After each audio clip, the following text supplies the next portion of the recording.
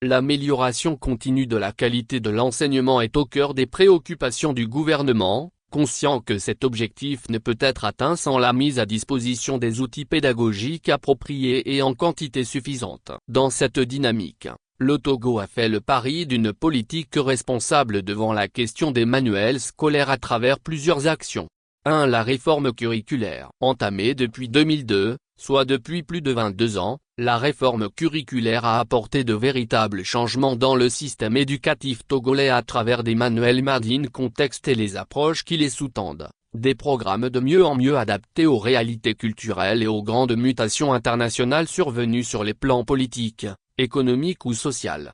Les manuels qui nous ressemblent et nous rassemblent et leurs approches, bien que critiquées, tiennent ainsi la route. Ils modifient en profondeur le système éducatif pour un meilleur apprentissage, des résultats améliorés, une ouverture plus grande sur les réalités concrètes du monde. Le point d'orgue de la réforme curriculaire est l'approche par compétences, APC, devenue faussement le bouc émissaire des échecs scolaires ou de la fameuse baisse de niveau observée. Elle est d'ailleurs étendue au secondaire par l'actualisation et par l'allègement des programmes anciens de l'enseignement secondaire général. Le Togo a pu ainsi écrire et introduire progressivement dans les salles de classe de nouveaux manuels au préscolaire section 1 et 2, des manuels de français et mathématiques du CP1 au CE2. Pour cette rentrée scolaire 2024, le Togo va enfin exploiter ses propres manuels au CM1. Tel était d'ailleurs le souhait de tous les acteurs de l'enseignement du primaire. Dans le prolongement de ce processus, les manuels de CM2 sont transmis pour édition. Leur impression et exploitation dans les classes, très prochainement, va marquer l'achèvement de ce programme de modernisation de l'enseignement au primaire, après le succès observé au préscolaire.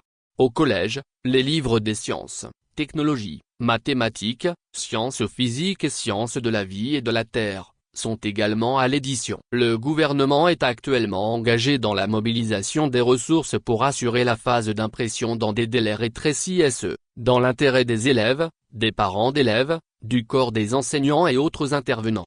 2. Un engagement ferme pour l'indépendance et la souveraineté pédagogique. Contrairement aux vaines arguties répandues, le gouvernement a engagé d'importantes réformes dans le domaine de l'éducation, particulièrement en matière de production de manuels scolaires. L'une des mesures phares a été la création de la Direction des programmes et des innovations pédagogiques, BIP. Cette structure, véritable locomotive de la réforme pédagogique, a pour mission de renforcer le cadre curriculaire national tout en veillant à ce que les manuels produits répondent aux besoins éducatifs spécifiques de notre pays. Cette mesure marque un tournant stratégique en faveur d'une meilleure maîtrise du contenu et de la qualité des ressources pédagogiques, en l'occurrence les manuels.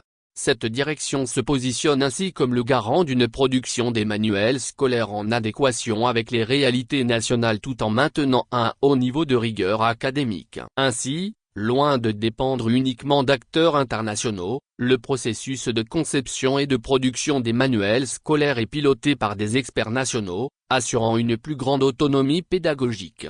3. Une réforme curriculaire axée sur la disponibilité et la qualité des manuels. Le gouvernement togolais s'inscrit également dans une dynamique de réforme curriculaire ambitieuse. Cette réforme met l'accent sur la disponibilité des manuels adaptés à tous les niveaux. À rebours des élucubrations de quelques fiefs polémistes, la politique actuelle garantit que la conception des manuels scolaires n'est pas uniquement dictée par des intérêts extérieurs mais bien par les besoins et les objectifs éducatifs définis par les autorités nationales.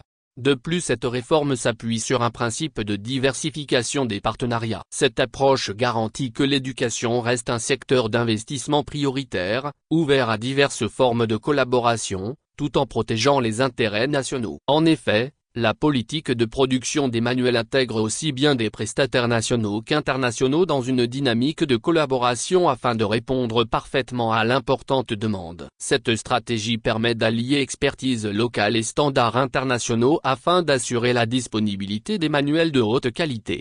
Il est crucial de souligner que cette ouverture aux partenaires internationaux ne compromet ni la souveraineté ni la légitimité du gouvernement dans la gestion de l'éducation. Au contraire, elle permet d'enrichir l'offre pédagogique tout en maintenant un contrôle strict sur le contenu et les objectifs éducatifs. Les entreprises nationales sont donc largement encouragées et participent activement à ce processus, renforçant ainsi le tissu économique local.